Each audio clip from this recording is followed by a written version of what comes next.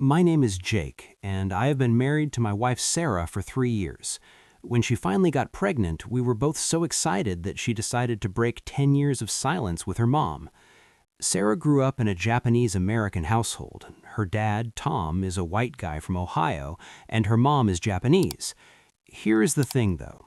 I speak fluent Japanese, but I never told anyone about it.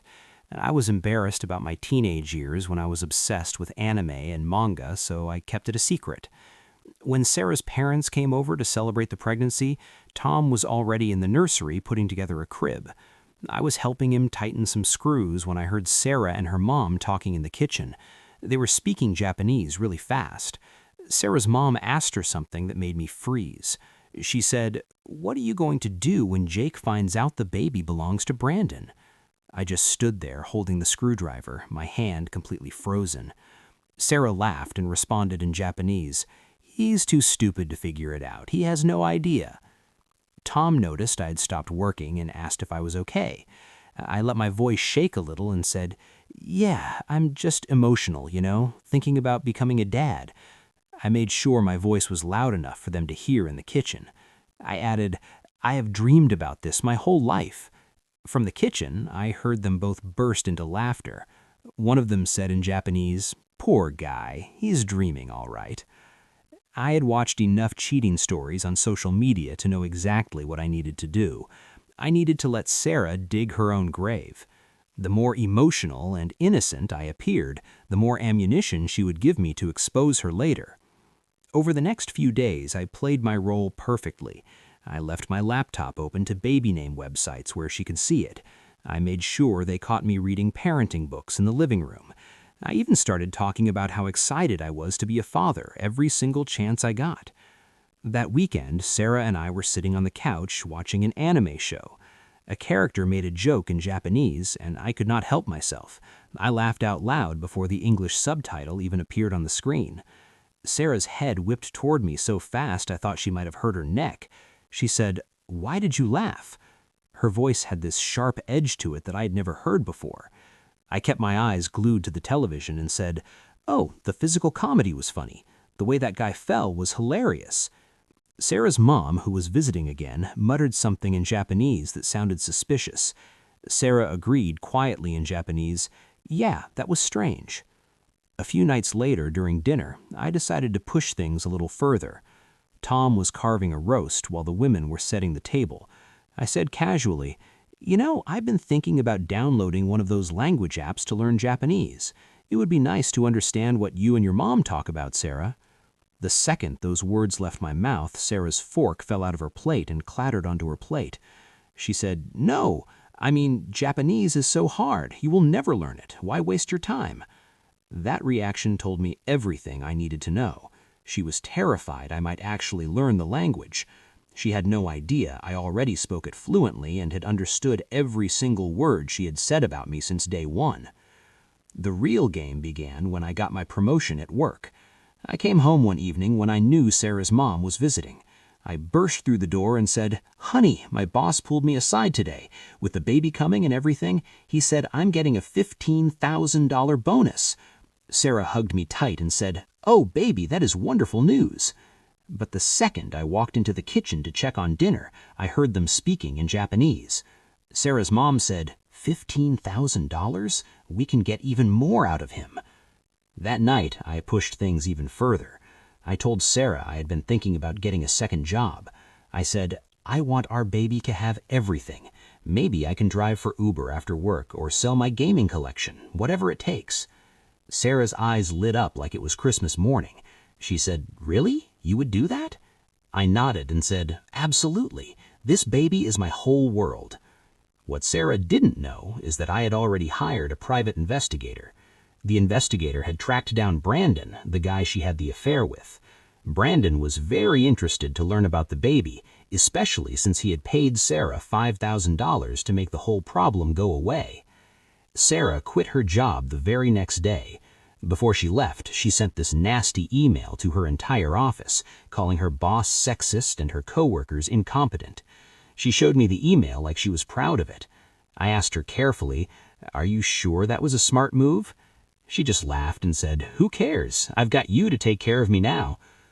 I suggested we host a big family gathering to celebrate the pregnancy. I knew that once her extended family showed up and the wine started flowing, people would start talking. The party went exactly as I planned. After her third glass of wine, Sarah's mom told her in Japanese, "You should tell your cousins about Brandon. They will think it is hilarious." I was in the kitchen pretending to arrange food on plates, but I had my phone recording in my pocket. Sarah started giggling with her cousins and telling them in Japanese about how she was screwing me over. Some of them laughed, others looked absolutely horrified. One of her aunts tried to shush her, but Sarah was on a roll. She said, in Japanese, "If I get pregnant again, I'll do the same thing. Jake is so stupid, he'll never figure it out." That's when I made my move. I walked into the room carrying a tray of appetizers and smiling like I didn't have a care in the world. I said, "What are you all laughing about? I wish I could understand Japanese." The room went completely silent. Several of her cousins couldn't even look me in the eye. Sarah, who was pretty drunk at this point, slurred, "Just girl talk." I said, "I love baby talk. Even if I can't understand the language, I can feel the joy in the room." I watched several family members shift uncomfortably. They knew something was very wrong, but nobody was going to say anything. That week, I told Sarah I had to go on a work trip for 3 days. I said it was mandatory training in another city and I could not get out of it. She asked a couple of basic questions about when I would leave and when I would be back. Then she seemed almost relieved. I could tell she was already planning something. What Sarah did not know was that I had installed a complete security system in our house a few weeks earlier. I told her it was for safety with the baby coming. The cameras had audio recording in every single room. I showed her the app on my phone and explained how we could monitor the house from anywhere. She smiled and hugged me, saying it made her feel safer. She had no idea she had just approved her own surveillance. The morning I left, I kissed her goodbye and told her to call me if she needed anything. Then I drove to a hotel 20 minutes away and checked in. I set up my laptop in the hotel room and pulled up the security camera feeds from our house. Within 3 hours of my departure, I watched Sarah pull out her phone and call her mom. They spoke in Japanese, and I turned up the volume to catch every word. Sarah told her mom, "Tyler is coming over tomorrow night. Everything is set up perfectly." Tyler was her new boyfriend, the guy she had lined up after Brandon. Her mom sounded cautious and said, "Something feels off about Jake lately. Maybe you should be more careful." But Sarah just laughed and said, "Jake is too stupid to figure anything out. He's probably just stressed about becoming a dad. He has no clue what is really happening."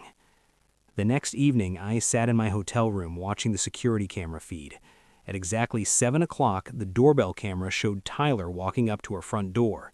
He was carrying bags of takeout food and a bottle of wine. I watched Sarah open the door. Tyler kissed her right there in the doorway. It was not a quick peck. It was a real kiss that lasted several seconds. Then his hand went to her pregnant belly and rested there like he had every right to touch her. They walked into the living room and I switched camera views to follow them. They unpacked Chinese food and settled on the couch. Their body language was so comfortable and familiar. They shared food off the same plate.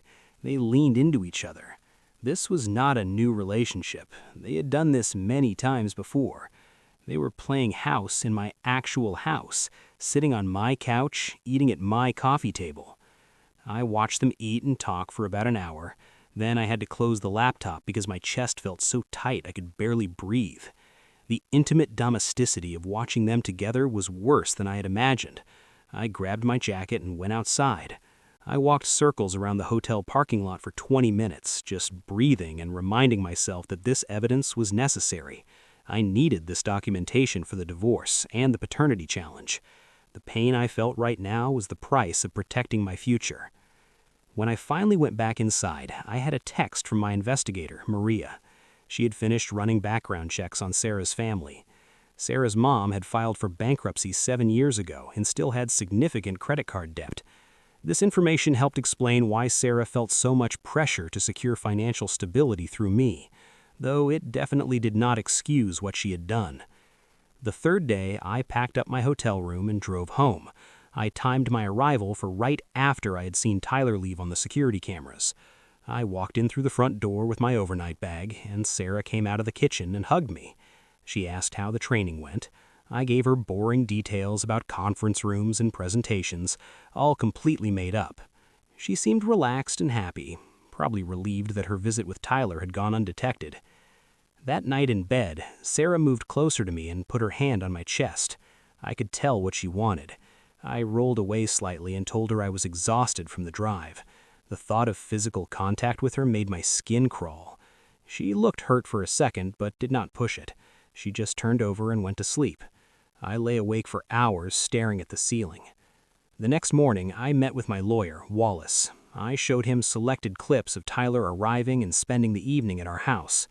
Wallace watched carefully and took notes. He explained that even though I had all this evidence, adultery had limited impact on divorce proceedings in our state. The real issue was going to be the paternity challenge. Wallace pulled out a legal pad and started drafting what he called a post-birth action plan. He explained that I needed to get immediate paternity testing as soon as the baby was born. The most important part was that I absolutely could not sign any birth certificate or acknowledgement of paternity forms at the hospital. Wallace stressed this multiple times. He said this would be the hardest moment, because Sarah would just have given birth and I would be refusing to sign papers while she was vulnerable. But it was legally necessary to protect myself. The next few weeks, I quietly removed things from the house. I rented a storage unit across town and started taking my parents' photo albums, letters my dad wrote to my mom when they were dating, and furniture that belonged to my grandparents. Each trip felt like I was dismantling the life I thought I was building. Sarah noticed the missing wedding photo one evening. She asked where it went, and I told her I had taken it to get the frame repaired. She accepted this lie immediately, which was ironic considering how much she had been lying to me. The photo was actually in my storage unit, wrapped carefully in bubble wrap. A few days later, Maria called to tell me she had scheduled a meeting with Brandon. She invited me to come observe from a distance. I could see his reactions without him knowing I was there. I showed up at the coffee shop early and sat 3 tables away wearing a baseball cap and sunglasses. Brandon arrived right on time. He was a tall guy in his 30s wearing a polo shirt. At first, Brandon looked confused. Then Maria must have mentioned Sarah's name because his whole posture changed. He leaned forward and ran his hair through his head over and over. His legs started bouncing under the table. At one point, he put his face in his hands. After about 40 minutes, Maria stood up and shook his hand. Brandon left through the front door, walking fast. I waited 5 minutes before joining Maria at her table. Maria told me Brandon had admitted everything, the affair, the $5,000 payment, all of it. He said Sarah was going to handle it, and he assumed that meant either an abortion or passing the baby off as her husband's child. He was genuinely shocked to learn she was planning to keep the baby. Sarah's due date was now just 2 weeks away. The house was filled with baby supplies that felt like props in a play. I spent a Saturday afternoon assembling the crib Tom had bought, knowing I would probably never use it. I moved through these tasks mechanically, setting up a home for a baby I would not be raising. 3 nights later, I woke up to Sarah shaking my shoulder. Her face was tight with pain. She said the contractions had started. I checked my phone. It was 2:17 in the morning. I timed the contractions. They were 7 minutes apart. I got up and packed her hospital bag with everything from the checklist we had prepared. I helped her to the car and drove to the hospital. The hospital admitted her quickly. The contractions were getting stronger and closer together. I stayed right beside the bed, helping her breathe through each one. When she wanted ice chips, I got them. When she needed the nurse, I called. When the doctor came in, I asked questions about pain management. Around hour 8, Tom and Sarah's mom arrived. Tom hugged me and asked how she was doing. I gave him updates on her progress. The baby was born at 6:47 in the evening. The doctor announced it was a boy and called out the weight, 7 pounds, 3 ounces. They cleaned him quickly and placed him on Sarah's chest. The room filled with tears and congratulations. Tom was crying and taking photos. Sarah's mom was speaking rapid Japanese about how beautiful he was. I stood slightly apart from the bed, watching this moment that should have been the happiest of my life. Everyone was so focused on the new baby that no one noticed I had not moved closer or reached out to touch him. About 30 minutes later, a nurse came in with a clipboard. She smiled at me and started explaining the birth certificate paperwork. She pointed to the lines where I would need to sign to be listed as the legal father. I looked at the form and then at the nurse. I said quietly, "I would like to arrange paternity testing before I sign anything." My voice was calm, but the words dropped into the room like a bomb. Sarah's head snapped toward me. Her exhausted face was suddenly alert. Her mother started speaking rapidly in Japanese, asking what was happening. I turned to face her and responded in fluent Japanese. I said, "I would like to establish paternity before accepting legal responsibility for the child." I watched the color drain from her face as she realized I had understood every word she and Sarah had spoken for months. The room went completely silent, except for the small noises the baby was making. Sarah stared at me. I watched her expression cycle through shock, then fear, then something calculating as her mind raced. Her mother's face had gone white. Tom looked between all of us with growing confusion. I kept my eyes on Sarah and repeated in English that I was requesting a paternity test, which was my legal right. The nurse shifted uncomfortably. She explained in a professional tone that the hospital could collect DNA samples for paternity testing. She mentioned they offered expedited processing that could provide results in 24 to 48 hours. I told her I wanted the fastest option available, and I would pay whatever it cost. Sarah started crying harder. Her mother was speaking to her in Japanese, asking what she should do. The nurse returned with collection kits.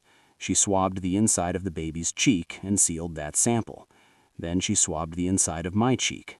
Both containers went into an envelope that would go to the lab. I told Sarah that I would be staying somewhere else until the results came back. Her mother tried to speak to me in Japanese, but I ignored her completely. I turned to Tom instead and asked him to step into the hallway with me. We walked down the hall away from the room. I told him as gently as I could that there were questions about the baby's paternity. I explained that I had reason to believe the child might not be mine biologically. Tom's face just crumpled. He leaned back against the wall like his legs would not hold him up anymore. He asked me directly if I thought Sarah had cheated on me. I told him yes. I explained about the conversations in Japanese that I had understood, about the private investigator's findings, about Brandon's admission regarding the $5,000 payment he had made. I watched Tom's face as I spoke. He seemed to age 10 years in the space of 5 minutes. I left the hospital that night and drove straight to the hotel. My phone buzzed almost immediately with a text from Sarah asking where I was going. I typed back that I needed space. She called twice within 10 minutes, but I let both calls go to voicemail. Maria texted asking if I was okay. I told her I was fine, just waiting. Wallace sent an email confirming he had the separation papers ready to file the moment we had DNA confirmation. The next morning, I woke up to 7 missed calls and a dozen text messages. Most were from Sarah asking me to come back and talk. 2 were from her mother saying I was being cruel. 1 was from Tom asking if I was safe. I responded only to Tom, telling him I appreciated his concern and would call him soon. The third day started with my alarm at 6 in the morning. I checked my email before I even got out of bed and saw it. The subject line read, DNA test results. My hand shook as I opened the attachment. The document was full of technical language about genetic markers and probability calculations. But the conclusion was clear. It said, based on the genetic analysis, the probability of paternity is 0.001%, effectively excluding the tested man as the biological father. I sat on the edge of the hotel bed staring at the screen. I knew this was coming. I had been certain of it for weeks. But seeing the scientific proof made it real in a way that nothing else had. This was evidence that would hold up in court. This would protect me legally. This would end my marriage and erase any obligation to this child. I felt relief wash over me, then grief right behind it. This was the future I had imagined for 3 years, the baby I had prepared for, the family I had wanted. And it was all built on lies. I forwarded the email to Wallace with one word, file. Then I forwarded it to Maria with a thank you. Then I sat in the quiet hotel room and cried for the first time since this whole thing started. Wallace called 2 hours later to confirm the papers were filed. He explained that the documents included the legal separation, the paternity disestablishment, and the request for temporary orders. Sarah would have 30 days to respond. I pulled up Tom's number and stared at it for 5 minutes before I could make myself press call. He answered on the second ring. I told him the results were in. His voice was quiet when he said he believed me and did not need to see the numbers. I heard him take a shaky breath. Then his voice broke. 3 days after the papers were served, Sarah texted asking if I would meet her in person. I agreed to a coffee shop near the hospital. I got there early and sat in a corner booth facing the door. She walked in 15 minutes later looking smaller than I remembered. Her face was tired and her clothes hung loose. She spotted me and walked over slowly, sliding into the booth across from me. I waited for her to speak first, but she just stared at her hands. Finally, I started talking. I told her I knew about Brandon. I knew about the affair. I knew about the $5,000 he paid her. I told her I knew about Tyler and the plans she had made during my work trip. I told her about all the conversations in Japanese where she had mocked me. Her face went pale and she opened her mouth, but nothing came out. I kept going. I told her I had understood every word she and her mother had said from the very beginning. I told her I spoke fluent Japanese and had been hiding it because I was embarrassed about my past. I told her I had recordings, witness statements, and DNA proof that the baby was not mine. She started to shake her head. I held up my hand. I was not done. Sarah tried to deny everything at first. Then she switched to minimizing, saying it was just one mistake. Then she started blaming her mother. Finally, she started crying and apologizing. She said she had made terrible choices and that she was sorry. I listened to all of it without interrupting. Then I spoke. I explained that the legal process was moving forward. I told her she needed to contact Brandon about his responsibilities as the biological father. She asked if there was any chance we could work things out. I told her honestly that the trust was completely destroyed. I stood up, left money for both our coffees, and walked out. I contacted Brandon through Maria the next day. I sent him the paternity results and Sarah's contact information. I wrote that I was not trying to force him into anything, but that he deserved to know the truth about his biological child. Maria forwarded his response 2 days later. Brandon said he needed time to process this and consult with his own lawyer. He thanked me for letting him know and apologized for the whole situation. 2 months later, I was living in a modest apartment across town, a one-bedroom place with decent light and a small balcony. I had moved my stuff out of the house while Sarah was staying with her mother. The divorce proceedings were moving slowly through the court system. Wallace said it would probably take another several months to finalize. I was attending therapy sessions every week. My therapist was helping me work through the betrayal and the grief and the anger. She was helping me separate the legitimate hurt from the destructive revenge fantasies. She was helping me build a life based on truth instead of deception. I had enrolled in an advanced Japanese language class at the community college. I was finally admitting to people that I spoke the language. My classmates thought the story was wild, and several of them followed me on social media after I posted about it. Tom and I met for coffee every couple of weeks, 2 men processing grief and betrayal together. We did not talk much about Sarah or the baby.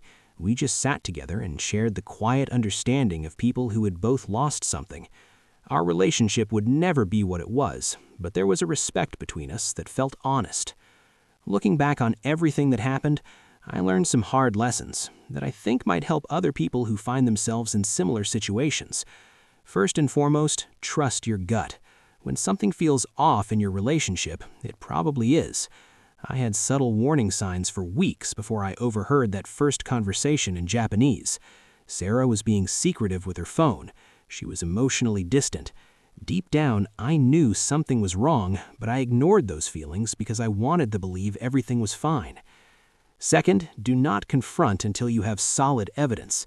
The temptation to immediately call out a cheating partner is incredibly strong, but confronting too early gives them time to cover their tracks, destroy evidence, or come up with believable lies. I'm glad I waited and gathered documentation, even though it was emotionally brutal to keep up the act for so long. That evidence protected me legally and financially in ways that a confrontation based on suspicion never could have. Third, protect yourself financially as early as possible. Open separate bank accounts, document spending patterns, make copies of financial records. I was fortunate that I moved money into my own account before Sarah had a chance to drain our savings. Many people in similar situations wait too long and find themselves financially devastated on top of emotionally devastated. Fourth, get professional help immediately. I don't just mean a lawyer, although that's obviously critical. I mean a therapist who specializes in betrayal trauma. My therapist helped me process my anger in healthy ways and prevented me from making impulsive decisions that could have hurt my legal case. She gave me perspective when I was drowning in rage and helped me focus on protecting my future rather than just punishing Sarah. Fifth, remember that revenge and justice are not the same thing. For a long time, I fantasized about publicly humiliating Sarah in front of her entire family. I wanted everyone to know exactly what she had done. But my therapist helped me understand that what I really needed was not revenge, it was freedom from the legal and financial obligations of raising another man's child. Once I shifted my focus from punishment to protection, I felt more in control and less consumed by anger. The hardest lesson I learned was about acceptance. I had to accept that the future I had imagined, the family I had wanted, was never real. It was built on lies from the beginning. Sarah was never the person I thought she was. Accepting that reality was more painful than the betrayal itself, because it meant grieving not just for what I lost, but for what I never actually had in the first place. If I could give one piece of advice to anyone who suspects their partner is cheating, especially if that partner is pregnant, it would be this: do not sign anything until you are absolutely certain the child is yours. In most states, if you sign a birth certificate acknowledging paternity, you become legally responsible for that child regardless of biological connection. Getting a paternity test before signing anything is not cruel or paranoid. It's protecting yourself from a lifetime of legal and financial obligation based on someone else's deception. Today, I'm not completely healed. Some days are still hard. I still feel anger when I think about how Sarah and her mother laughed at me in Japanese, thinking I was too stupid to understand. I still feel grief when I think about the 3 years I invested in a marriage that was never what I believed it was. But I am also free. Free from the gaslighting, free from the mockery, free from the elaborate deception. I'm building a life where I don't have to pretend or hide or play dumb. The relationship with Tom has been one of the unexpected positives to come out of this mess. We bonded over our shared betrayal in a way that feels genuine. He lost the image of his daughter that he had carried for decades. I lost the image of my wife and our future family. We meet for coffee and don't talk much about Sarah or the baby. We just sit together in understanding. Sometimes the strongest connections come from the most painful experiences. As for Sarah, I heard through mutual acquaintances that Brandon eventually agreed to take a paternity test and is now involved with the child. I don't know if they're together as a couple or just co-parenting. Honestly, I don't care. That's her life now, and it has nothing to do with me. The divorce will be finalized in a few months, and then that chapter will be completely closed. I still speak Japanese. In fact, I speak it more openly now than I ever did when I was hiding it. I'm no longer embarrassed about my past or the reasons I learned the language. If anything, that skill saved me from a lifetime of deception. It gave me the ability to see the truth when everyone around me thought I was clueless. The security cameras are still installed in what used to be our house. I left them there when I moved out. I don't know if Sarah ever figured out they were recording audio or if she just thinks they were regular security cameras. Part of me wonders if she ever goes back and watches the footage knowing now that I understood every word she said. But again, that's not my problem anymore. My advice to anyone going through something similar is simple. Document everything. Protect yourself legally and financially. Get therapy. Don't make impulsive decisions based on emotion. Focus on freedom rather than revenge. And most importantly, trust that you will get through this. The pain you feel right now is temporary, but the freedom you gain by exposing the truth and protecting yourself is permanent. So yeah, that's my story. It's just one of those everyday stories that somehow sticks with you. Thanks for hanging out with me through all of this. It's been good to share it. Come back anytime you want to catch up.